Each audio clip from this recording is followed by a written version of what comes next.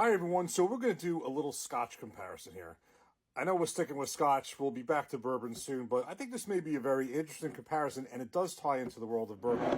We're going to be comparing a really good Scotch and a so-so Scotch. I don't mean that in terms of taste. Basically, this was a really good bottle. This is Glenmorangie, 19 years aged. This is a single malt Scotch. And I got this as a gift. This is would be considered by all means a really good Scotch. And the Dewar's 12 is a blended Scotch whiskey that would be considered, a so-so Scotch, but they have something in common. They're both aged in barrels that formerly aged bourbon or first fill. I know this is first fill, which means it was only used once before for bourbon.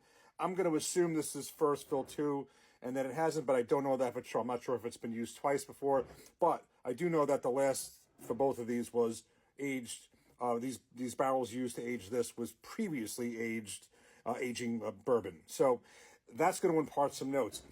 Outside of that, there are some differences. This is aged 12 years, which in the world of Scotch is not, a significant deal because Scotch on average, ages longer than American bourbon and whiskey on average. And this is aged 19 years. So I'm going to look for a couple things. First of all, color, and also, this is obviously should be a lot better than this. I'm not going to do this blind. With bourbon, I'm a little bit more, not an expert, but I'm certainly more attuned to a lot of the tastes. This one I'm just going to do just straight up like this. And the other thing also, this is a blended Scotch whiskey, and this is a single malt Scotch whiskey. Obviously, the better Scotches per se are the single malts as opposed to the blended. This is on every shelf. But I will tell you something. When I did this review, I did like the Dewar's 12 more than the Dewar's 15 and 18. So age isn't the only factor here. The reason I like this better than the 15 and 18 is because this one is aged in formal bourbon barrels and the others were not. So it's going to impart some familiar taste to me. Very, very familiar. And by the way, this is not too shabby. This was rated on Whiskey Advocate's top 20 list a couple of years ago. I forgot what number it was, but definitely was in the top ranking. So this is no slouch. I happen to like this one, but I'm putting it against, you're looking at a $30 bottle of Scotch versus like a $400 bottle of Scotch, from what I understand. Again, this was a gift. So let's put them in glasses.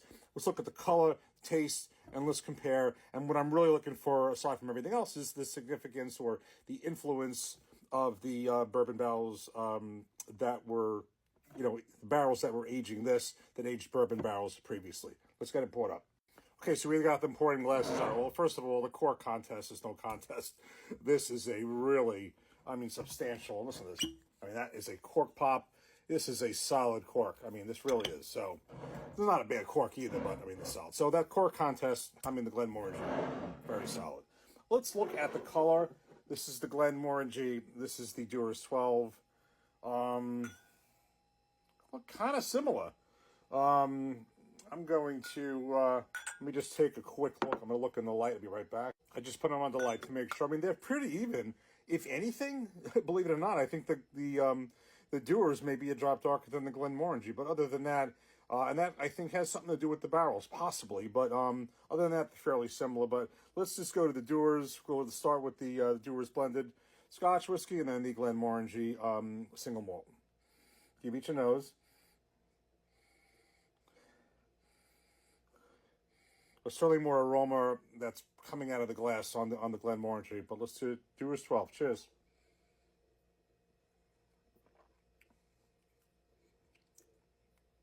A little bit more, a little bit of that familiar Scotch taste, but I do get some influence of bourbon. Glenmorangie. Cheers.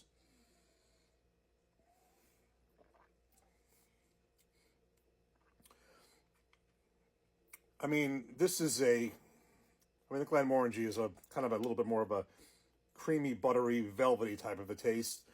A little less so here.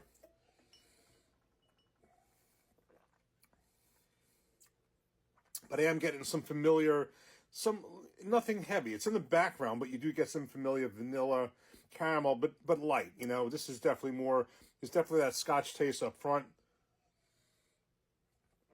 But it's a Scotch that that's why I have it on my shelf, and I actually got this bottle large, and I got a 3-pack, and I tried the 15 and 18, the small ones, but I got the 12 as the big one, and It's definitely not bad for, I don't want to say for a Scotch, but for me, not being a big Scotch drinker. But this one is just another level. So let's give this one more taste. Cheers.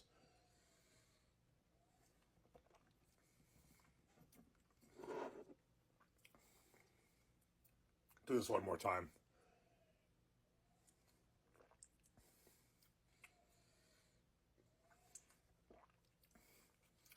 I mean, the deal is this. I mean, I'm not, like I said, I'm not a Scotch expert. This, I've had to say, I'm going to say that the Glenmorangie is slightly better. Maybe I should have done this blind.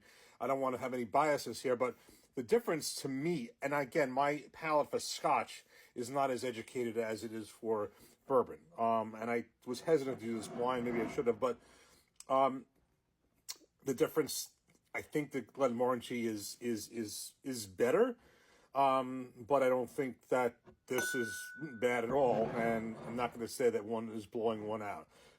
You know, we're talking about a big difference in price, but there is a common element here, and both of them, I feel, have, it's not killing me with the peat, it's not killing me with the smokiness, but I am getting some, even though there is that Scotch taste, and I say by Scotch taste, a lot of those, I don't want to say, yeah, I mean, they're both 100% malted barley. I'm getting that taste, but in the background, there's a little bit of that vanilla caramel, but light. We'll do this one last time. Dewar's Glenmorangie. All right. This is very close. 12 years, 19 years, $30, like $400. And I think this is maybe a little bit better. Is it, to me, is it a difference of, $300 better? No. Is the color that much different? No. In fact, actually, the Dewar's 12 may actually be a little bit darker. So, this is really good. But I started out with I thought this was decent for what it is. So, it's just interesting when you do that. You get the notes of the bourbon, but the difference to me is not the difference in the price. So that's about it for Scotch. If anything, we'll do maybe one or two other experiments as we go along, but we'll get back to bourbon. Cheers.